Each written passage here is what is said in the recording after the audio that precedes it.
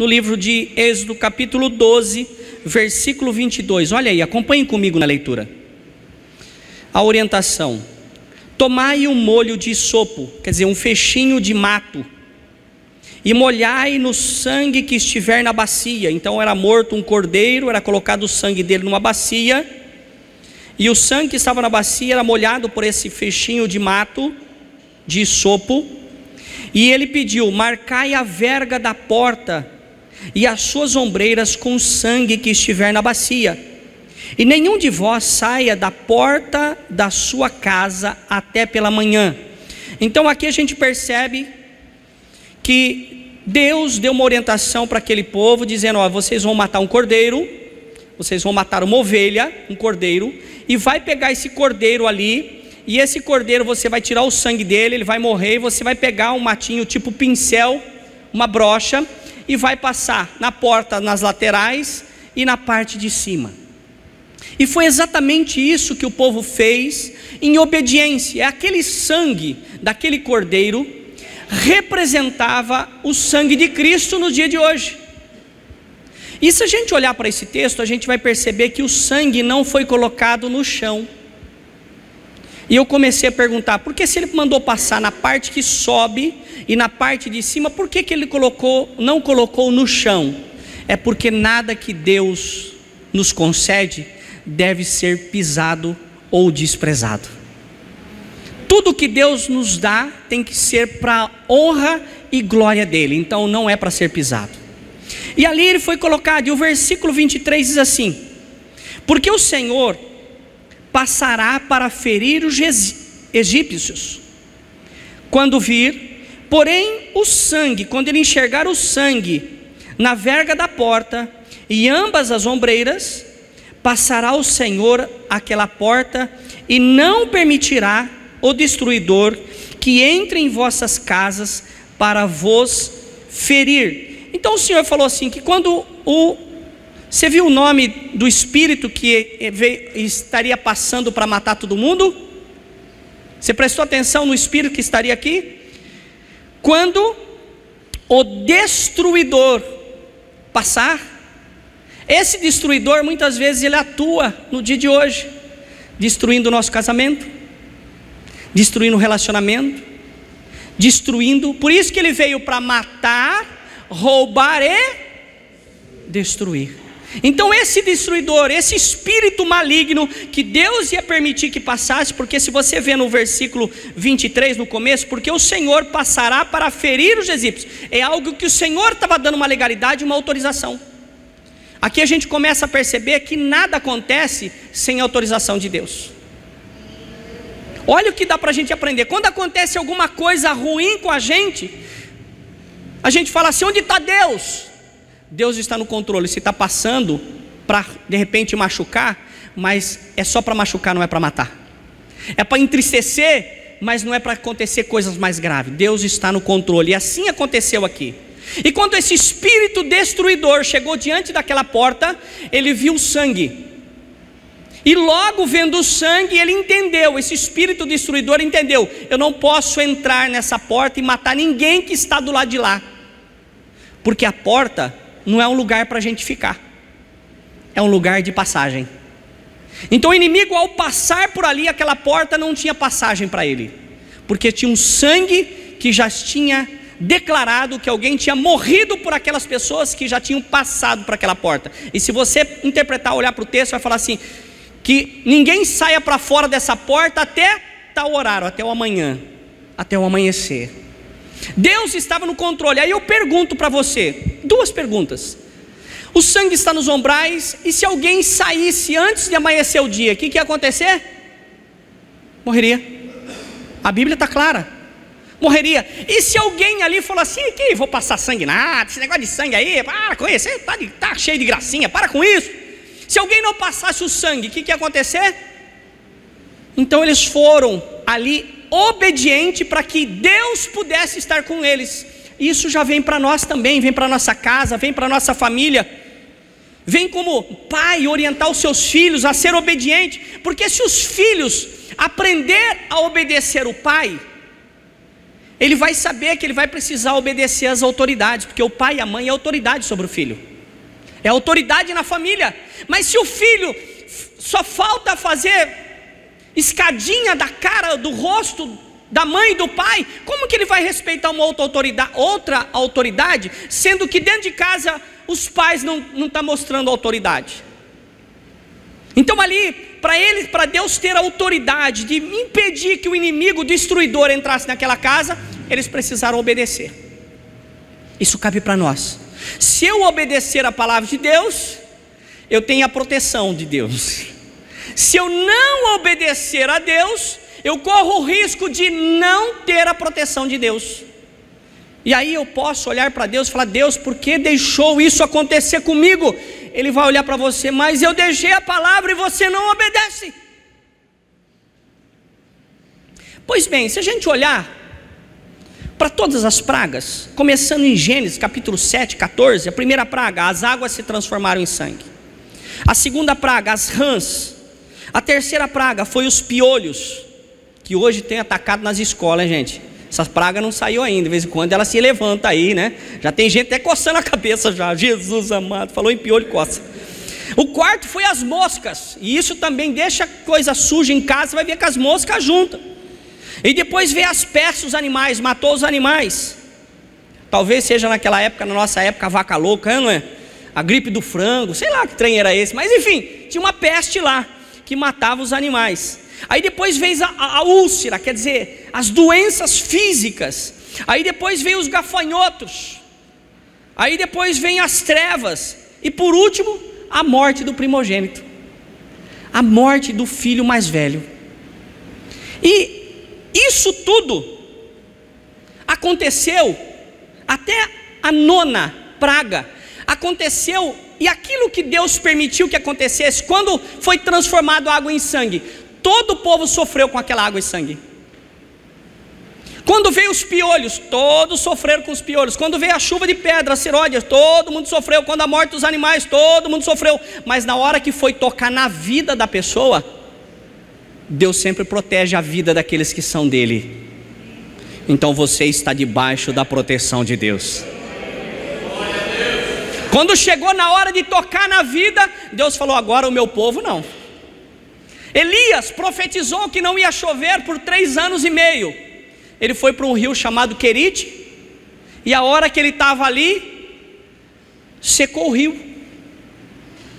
E aí Deus falou para ele: agora você vai sair daqui, que secou o rio, e você vai lá, e vou colocar você, que uma viúva vai tratar de você. Ele falou: uma viúva? Deve ser uma viúva rica, né? Uma lindona. Chegou lá para ver a viúva estava catando latinha, cavaco, para fazer uma comida. Aí eu fico imaginando Elias, profeta que mandou fogo do céu, sabe, usado por Deus. De repente se depara com uma viúva, fala: Senhor, o senhor está de brincadeira, mulher catando um cavaco aqui para fazer uma comida e vai acabar a comida, o senhor manda uma mulher dessa me sustentar? Mas é o que Deus, aonde Deus te colocar, Deus também vai te sustentar. Independente de onde você está, se Deus estiver contigo, nada vai te faltar. Vai multiplicar o azeite, vai multiplicar, porque Deus não vai te colocar você como filho e filha de Deus. Jamais Ele vai te colocar no lugar, sendo servo dele, para sofrer. Ele vai te sustentar. Ele vai dar um jeito. O rio secou, ele mandou para a viúva. Não tinha comida lá na beira do rio, ele mandava os corvos levar comida para ele, carne. Imagina só, época de seca terrível, e Elias comendo carne. Pode isso? Pode. Quem serve Deus sempre vai receber suprimento dele. E aí a gente percebe que a mesma coisa acontece comigo e com você no dia de hoje. Abra no livro de João capítulo 10, versículo 9. Aí você percebe que lá na frente, lá atrás melhor dizendo, você viu que aquela porta era um lugar de passagem, mas ao mesmo tempo aquela porta era um lugar de proteção. Aquela porta era algo que protegia do mal, porque estava sobre aquela porta, e na porta o símbolo de Cristo. E aqui no livro de João capítulo 10, versículo 9, olha o que diz aí. Olha o que Jesus fala, o que Ele é. Ele diz assim, a palavra do Senhor: eu sou a porta. O que nós lembramos? Da porta que tinha proteção. O sangue de Cristo está sobre nós agora, Ele é a porta. E se alguém entrar por mim, será salvo. Aquelas pessoas que estavam atrás daquela porta, o que aconteceu com elas? Elas foram condenadas ou foram salvas? Foram salvas. E se nós estivermos em Cristo, nós passarmos por Cristo, nós também seremos salvos. E ele diz assim, olha, continuando o versículo 9 de João 10: será salvo, entrará e sairá e achará suprimento, achará pastagem, será suprido as necessidades. Essa é uma promessa que não é o pastor Osmir que está dizendo, é a palavra de Deus que está trazendo para mim por segurança, para mim e para você por segurança. Ele diz: se você passar por mim, se você estiver ali buscando essa porta, estiver nessa porta, você será salvo, receberá o suprimento. Como aconteceu a proteção no passado, o Senhor diz no livro de Malaquias, capítulo 3, versículo 6, diz assim: eu sou o Senhor e não mudo. O Senhor é o mesmo de ontem, é o de hoje e não vai mudar nunca.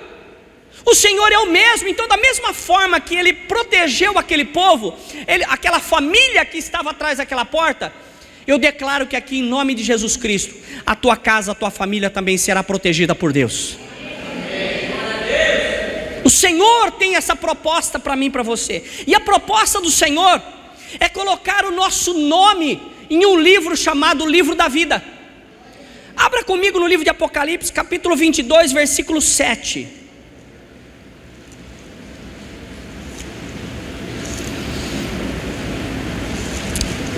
Versículo 21, versículo 27. Apocalipse, capítulo 21, versículo 7. Não tem só nesse capítulo. Se você olhar em Filipenses 4:3, Apocalipse 3:5, Apocalipse 13:8, Apocalipse 17:8, Apocalipse 20:12, Apocalipse 21:27, tudo isso e fala sobre um livro aonde vai estar o nosso nome marcado, relacionado. Irmãos, quando você, eu não sei se você já foi, mas quando você vai em restaurante muito chique,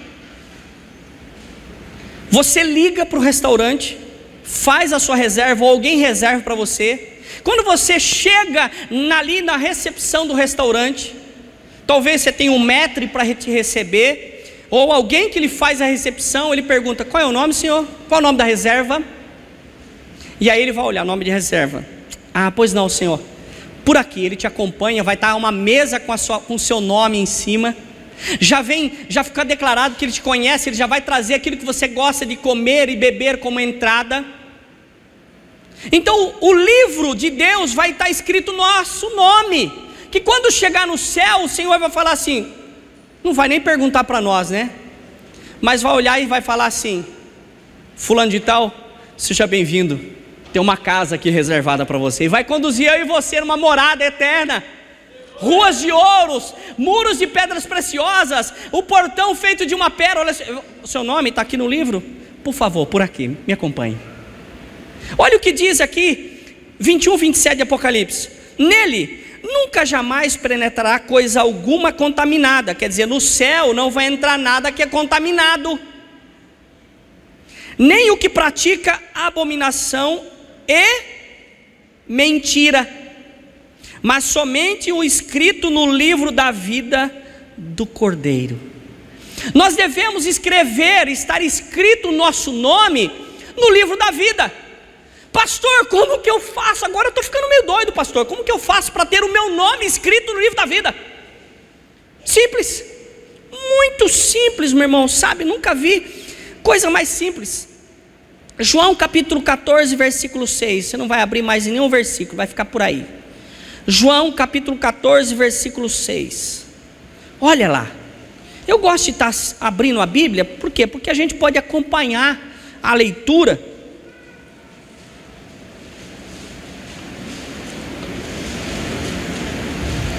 E ali você pode entender que aquilo que eu estou trazendo como mensagem está escrito na Bíblia, não é uma invenção da minha cabeça, não é algo que eu estou falando para te convencer, está na palavra de Deus. E a palavra de Deus é a única que nos faz ter autoridade para vencer o inimigo. Quer ver uma coisa? Eu não me canso de dizer isso, mas Jesus, quando foi tentado pelo inimigo, Jesus estava no deserto em jejum 40 dias e 40 noites, teve fome. Quem apareceu para ajudar? O Didi. O dos Trapalhões? Não, o de Diabo. Apareceu lá e falou assim: ó, tá com fome, né? Eu sei que você é poderoso. Ei, com essa história.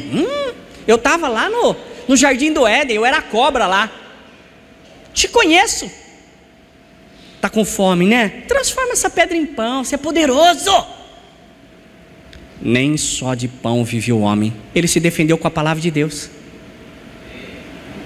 Levou ele para um lugar lá, o lugar mais alto do templo. Falou assim: olha, pula daqui abaixo, porque a tua palavra, olha o inimigo citando a palavra, está escrito que se você der ordem aos seus anjos, você não tropeçará em nenhuma pedra. Ele também disse assim: também está escrito, não tentará o teu Deus. O inimigo não cansa. Tentou Jesus quantas vezes? 3 vezes. Jesus, Deus, em jejum, foi tentado 3 vezes. Quantas vezes você espera ser tentado por Deus e tenha que resistir? Jesus foi tentado 3 vezes. Jesus, Deus, em jejum, no deserto, que veio do céu, conhece toda a palavra, foi tentado. Imagina eu e você. Imagina aquele que tem uma Bíblia em casa, que só abre quando vem na igreja no culto, e às vezes quando vai abrir não consegue encontrar o versículo. Como que essa pessoa vai se defender? Como que essa pessoa vai falar para o inimigo: nem só de pão viverá o homem? Como que essa pessoa vai dizer assim: olha, também não tentará o vosso Deus? E aí pegou o inimigo, se você olhar na palavra, o inimigo conduziu, levou Jesus ao monte bem alto e falou assim: olha, está vendo todos os reinos, todas as riquezas? É o que muito de nós queremos, só riqueza. Ai, quando eu tiver, não, que é minha fazenda, né? Quando eu vou fazer isso, vou fazer aquilo, porque Deus falou assim, o inimigo falou para ele assim: está vendo tudo isso aí? Eu vou te dar se você me adorar. Ele falou assim: vai-te, Satanás, porque a palavra de Deus está escrito, somente a Deus adorará. O inimigo saiu. Eu fico imaginando se Jesus não soubesse a palavra de Deus, não conhecesse a Bíblia, não conhecesse Deus, ia chegar e falar para ele: ó, você está com fome, né? Ele ia falar: tô. Você é poderoso? É, sou mesmo, sou filho de Deus, é, vim do céu, nasci lá, é. Transforma essa pedra em pão. Ele falou: você tem razão, né? Acho que vou transformar mesmo. A palavra de Deus fala que a falta de conhecimento traz condenação. O meu povo perece, quer dizer, morre, está morrendo por falta de conhecimento. O inimigo está vencendo por falta de conhecimento da palavra. Às vezes você vem na igreja, ouve uma palavra, você sai daqui, meu irmão, parecendo um balão de gás. Eu vou vencer tudo, eu passo por cima. Aí sai ali na esquina, vai apanhar uma flor para a mulher, enfia o dedo no espinho. Ô Jesus, hein? Acho que vou morrer. Eu vou morrer. Já desiste tudo. O inimigo sopra no ouvido, fala assim: sabe o que é isso? Você está indo na igreja, para com isso. Aí você fala: é mesmo, né? Estou cansado já. Vou parar. Quando a gente para, o inimigo sabe que a gente vai enfraquecer, porque o que nos fortalece é a palavra de Deus. Filipenses 4,13 diz assim: posso todas as coisas. Quem é aquele? O Senhor. Se a gente não ouve a palavra do Senhor, meu irmão, vai ficar fraco, é o que o inimigo quer. E aqui ele diz, em João 14,6, olha lá, respondeu-lhe Jesus: eu sou o caminho e a verdade e a vida, ninguém vem ao Pai senão por mim. Deus está falando assim: olha, Jesus falando, eu sou o caminho, Porque depois que eu passo para a porta, eu tenho que continuar caminhando. Depois que eu passei pela porta, eu vou receber uma nova vida. Depois que eu passei pela porta, eu vou receber as verdades de Deus. Porque, meu irmão, me fizeram uma pergunta essa semana, dizendo o seguinte, eu gostei muito dessa pergunta. Pastor, me esclarece uma coisa. Sexta-feira, o que é sexta-feira, o que é domingo? E me explica uma coisa, e o negócio da carne nesse sexta-feira, como que é isso? A minha resposta foi o seguinte: a sexta-feira foi a morte de Jesus, o domingo foi a ressurreição. A carne que não pode se comer é costume dos homens, não está na Bíblia. O próprio Jesus falou assim, pegando o pão na mão: este é o meu corpo. O corpo o que é? Então, às vezes, meu irmão, nós precisamos deixar de acreditar nas pessoas.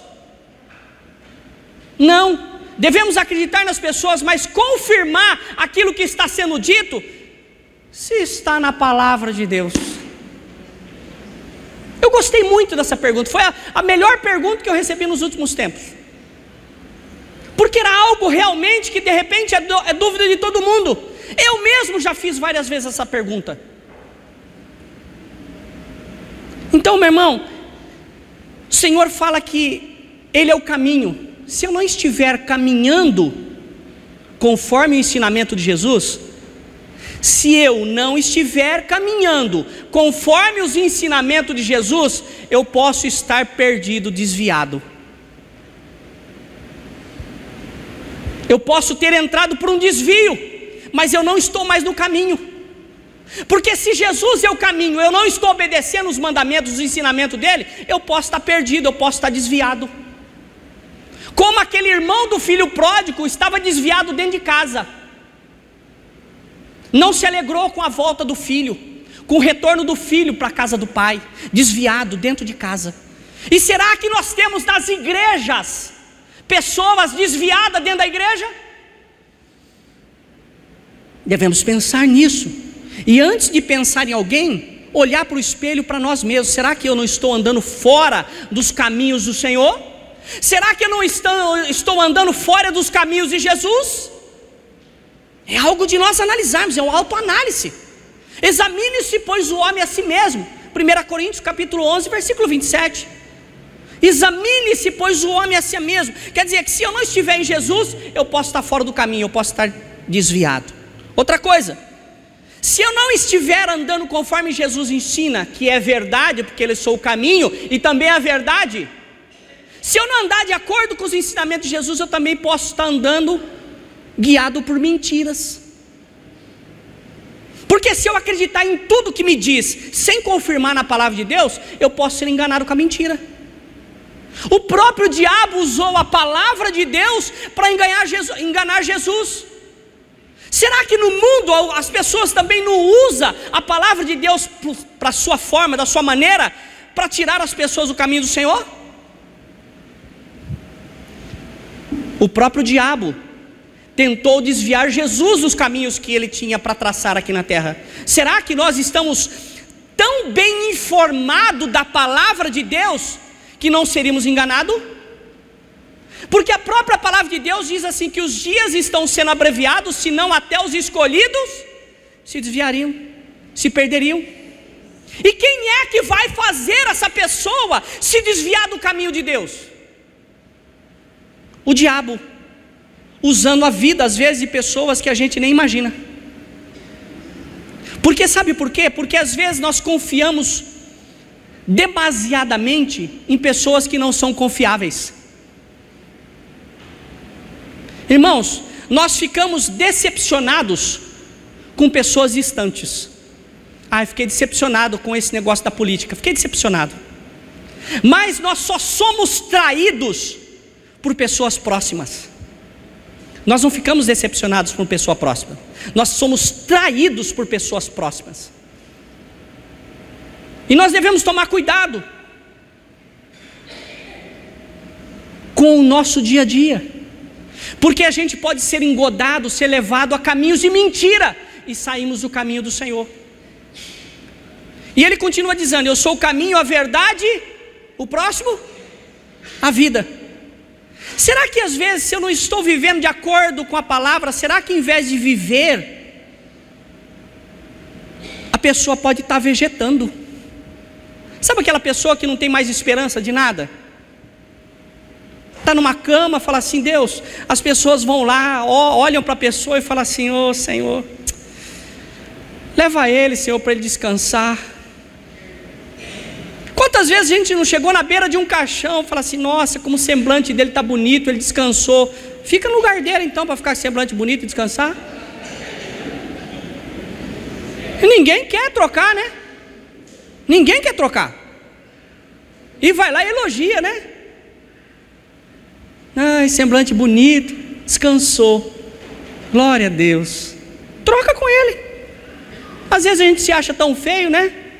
Ah, eu estou feinho, preciso fazer uma reforma, né? Passa uma massa corrida. Mas nessa hora a gente percebe que a vida não tem mais, está vegetando. E será, meu irmão, que às vezes também a gente já não perdeu a esperança de algumas coisas? Será que a gente não está vegetando nos nossos pensamentos? Aquilo que eu acreditava, eu não acredito mais. Aquilo que era fogo santo, hoje já é uma pequena brasinha. Será que não tem disso no nosso meio? Será que não está acontecendo isso com você hoje, agora, aqui? Que quando chegou na igreja, ouviu a palavra, era fogo puro, e ai, alegria, pá, não, ninguém me para, ninguém para o adorador. Aí chega em casa, tem uma intimação, processo na justiça. Oh Deus, oh dia, oh hora, oh azar. Quero morrer. Morrer nada, alguém já morreu por você. Aquilo que está acontecendo com você é te preparando para algo maior. Presta atenção. O povo no deserto, eles não foram colocar no deserto para ser derrotado e morrer lá. Deus tinha uma promessa de uma terra prometida. Ei, você está num deserto? Está chegando a sua terra prometida. Está chegando a tua bênção, não desanime, porque aquele povo desanimou e não chegou na terra prometida, não alcançou. E eu declaro que em nome de Jesus, você vai alcançar e vai dar testemunho para glorificar o nosso Deus. Crê no Senhor Jesus, vai ser salvo tu e a tua casa, você e sua família. Quero aqui concluir a mensagem contigo. Jesus derramou o seu sangue sobre a minha e a sua vida. O inimigo, quando olhar para mim e para você e ver o sangue de Jesus sobre você, vai falar assim: aí eu não posso entrar. Como o inimigo, o anjo destruidor chegou naquela porta e falou assim: nessa porta eu não posso entrar. Mas eu preciso manter esse sangue sempre vivo, porque o inimigo às vezes tenta fazer com que a gente venha limpar esse sangue. Vou fazer uma faxina em casa, aí vai lá, tira o sangue de Jesus. Quantos, olha o que me veio agora, quantos aqui, homem e mulher, porque o homem também limpa a casa, às vezes meio contra a vontade, mas limpa, são bons nisso, hein? Eu sou testemunha. Vai limpar a casa e coloca aquele hino do inferno para dar ânimo, coloca aquele axé.